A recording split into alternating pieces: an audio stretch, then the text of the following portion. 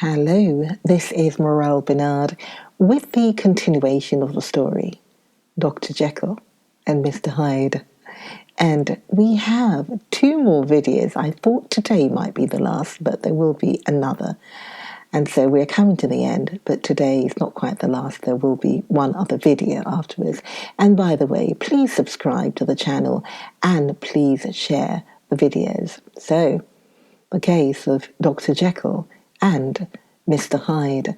Last words were that Edward Hyde would pass away like the stain of breath upon a mirror, and there in his stead, quietly at home, trimming the midnight lamp in his study, a man who could afford to laugh at suspicion would be Henry Jekyll. The pleasures which I made haste to seek in my disguise were, as I've said, undignified. I would scarce use a harder term, but in the hands of Edward Hyde, they soon began to turn towards the monstrous. When I would come back from these excursions, I was often plunged into a kind of wonder at my vicarious depravity. This familiar that I called out of my own soul and sent forth alone to do his good pleasure was a being inherently malign and villainous, his every act and thought centered on self, drinking pleasure with bestial avidity, from any degree of torture to another, relentless like a man of stone. Henry Jekyll stood at times aghast before the acts of Edward Hyde. But the situation was apart from ordinary laws and insidiously relaxed the grasp of conscience. It was Hyde, after all, and Hyde alone, that was guilty. Jekyll was no worse. He woke again to his good qualities seemingly unimpaired. He would even make haste, where it was possible, to undo the evil done by Hyde, and thus his conscience slumbered. Into the details of the infamy at which I thus connived, for even now I can scarce grant that I committed it, I have no design of entering. I mean but to point out the warnings and the successive steps with which my chastisement approached. I met with one accident which, as it brought on no consequence, I shall no more than mention. An act of cruelty to a child aroused against me the anger of a passer-by whom I recognized the other day in the person of your kinsman, the doctor, and the child's family joined him. There were moments when I feared for my life, and at last, in order to pacify their too just resentment, Edward Hyde had to bring them to the door and pay them in a cheque drawn in the name of Henry Jekyll. But this danger was easily eliminated from the future by opening an account at another bank in the name of Edward Hyde himself. And when by sloping my own hand backward, I had supplied my double with a signature, I thought I sat beyond the reach of fate. Some 2 months before the murder of Sir Danvers, I had been out for one of my ventures, had returned at a late hour, and woke the next day in bed with somewhat odd sensations. It was in vain I looked about me, in vain I saw the decent furniture and tall proportions of my room in the square, in vain that I recognized the pattern of the bed curtains and the design of the mahogany frame. Something still kept insisting that I was not where I was, that I had not wakened where I seemed to be, but in the little room in Soho where I was accustomed to sleep in the body of Edward Hyde. I smiled to myself and in my psychological way began lazily to inquire into the elements of this illusion, occasionally, even as I did so, dropping back into a comfortable morning doze. I was still so engaged when in one of my more wakeful moments my eyes fell upon my hand, now the hand of Henry Jekyll, as you have often remarked, was professional in shape and size. It was large, firm, white, and comely.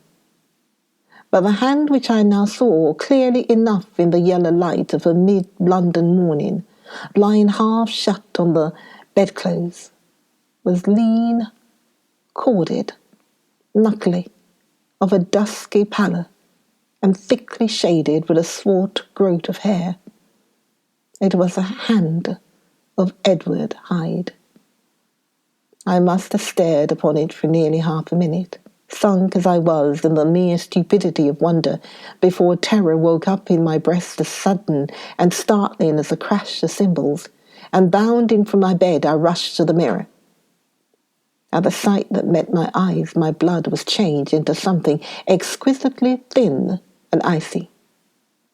Yes, I had gone to bed, Henry Jekyll. I had awakened, Edward Hyde. How was this to be explained? I asked myself.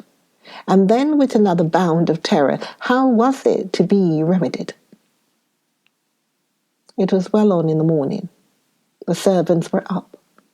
All my drugs were in the cabinet. A long journey down 2 pairs of stairs, through the back passage, across the open court, and through the anatomical theatre, from where I was then standing, horror-struck.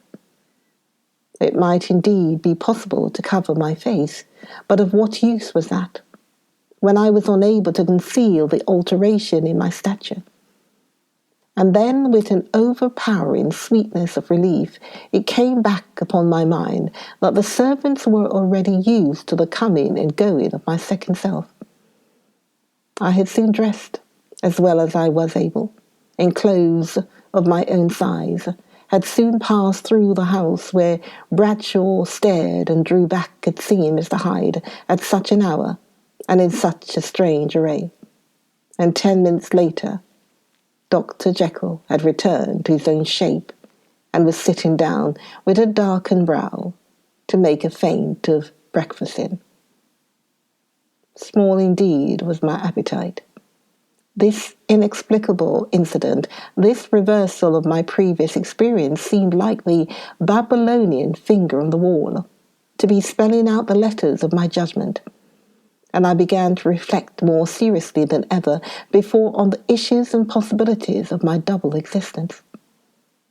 That part of me which I had the power of projecting had lately been much exercised and nourished. It had seemed to me of late as though the body of Edward Hyde had grown in stature, as though, when I wore that form, I were conscious of a more generous tide of blood, and I began to spy a danger that, if this were much prolonged, the balance of my nature might be permanently overthrown, the power of voluntary change be forfeited, and the character of Edward Hyde become irrevocable mine.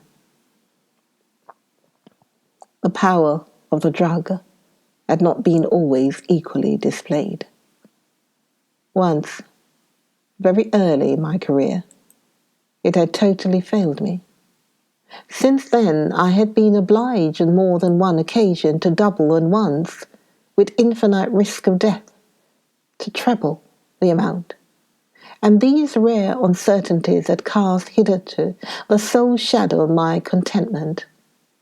Now, however, and in the light of that morning's accident, I was led to remark that whereas, in the beginning, the difficulty had been to throw off the body of Jekyll, it had of late, gradually but decidedly, transferred itself to the other side.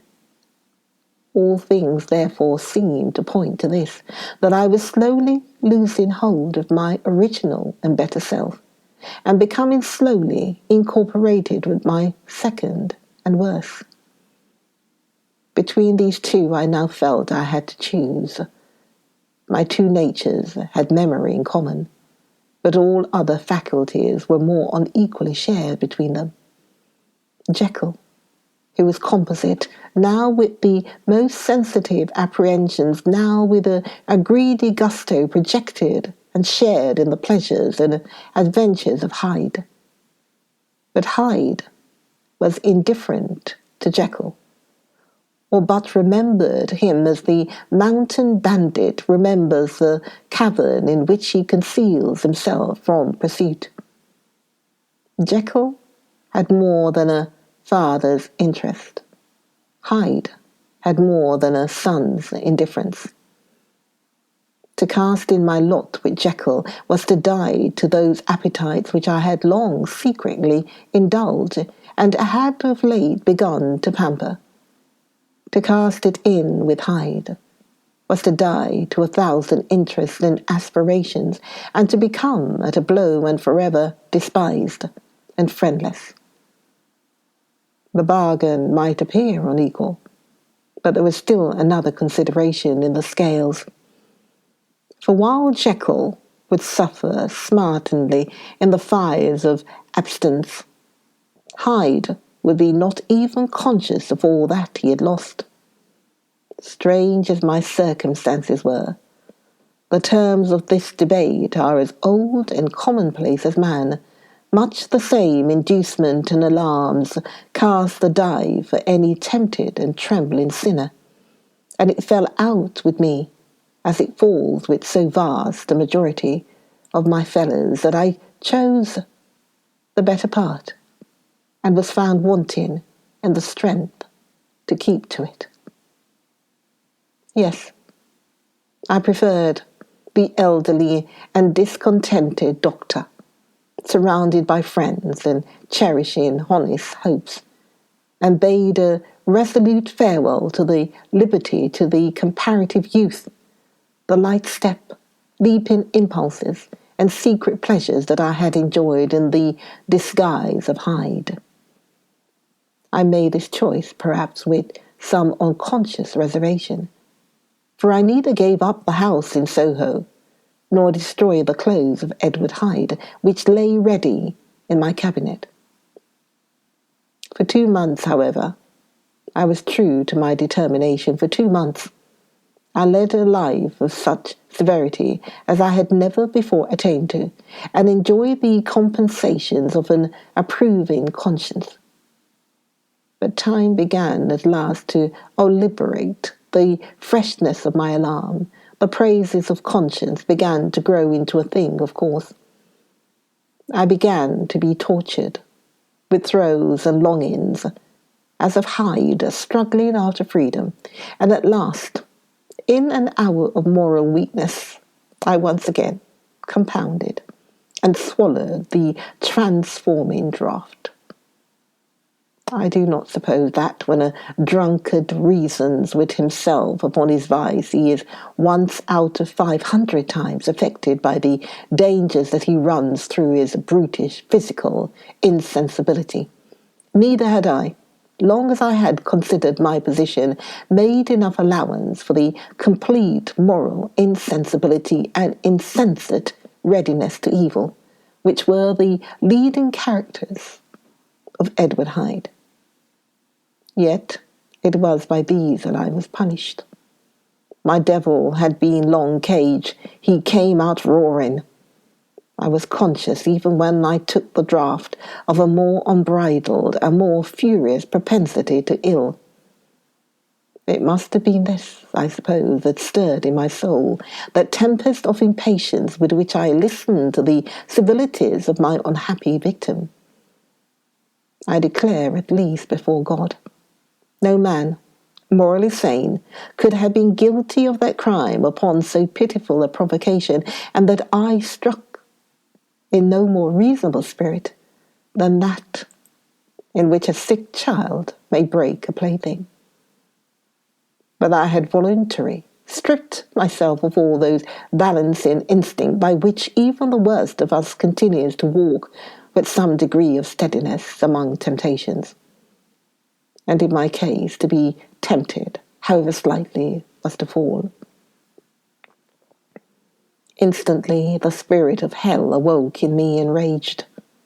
With a transport of glee, I mauled the unresisting body, tasting delight from every blow, and it was not till weariness had begun to succeed that I was suddenly, in the top fit of my delirium, struck through the heart by a cold thrill of terror. Amidst dispersed, I saw my life to be forfeit, and fled from the scene of these excesses, at once glorifying and trembling, my lust of evil gratified and stimulated, my love of life screwed to the topmost peg. I ran to the house in Soho, and to make assurance doubly sure, destroyed my papers.